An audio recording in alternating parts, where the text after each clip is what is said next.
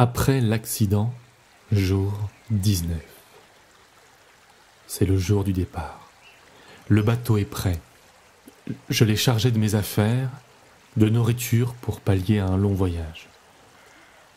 Je laisse le cadre ici. La femme ressemble de moins en moins à Myrtille. Je raccroche le portrait à la place où je l'avais trouvé, désolé de l'avoir brisé. Je laisse aussi la tête de poupée.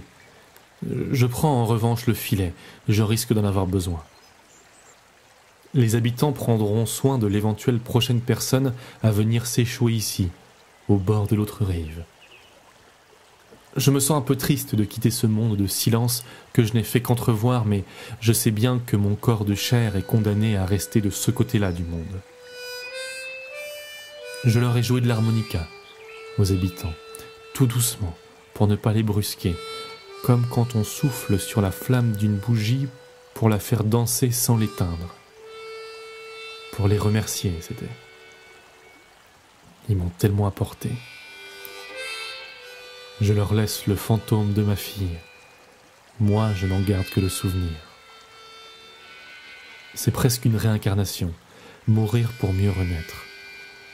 Je me surprends à penser que j'aimerais leur envoyer des cartes postales pour leur donner de mes nouvelles de ma nouvelle vie, qu'ils soient fiers de moi. Je dis aussi au revoir à la cabane et à ses alentours. Elle aussi, elle a pris soin de moi. Je ne pensais pas y rester si longtemps, mais je ne pensais pas y rester si peu.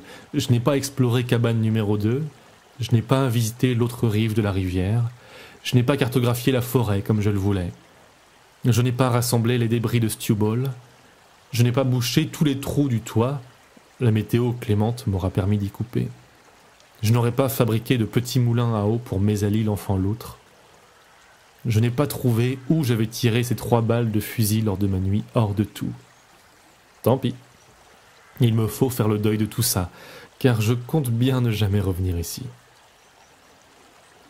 Je termine l'écriture et j'embarque.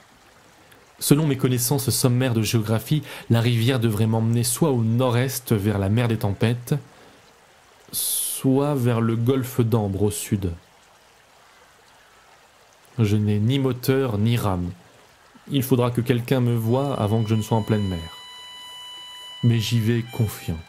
J'y vais à l'aveugle, sans connaître ma destination, les yeux métaphoriquement bandés. Ne suis-je pas Arsinoé, dieu de la chance?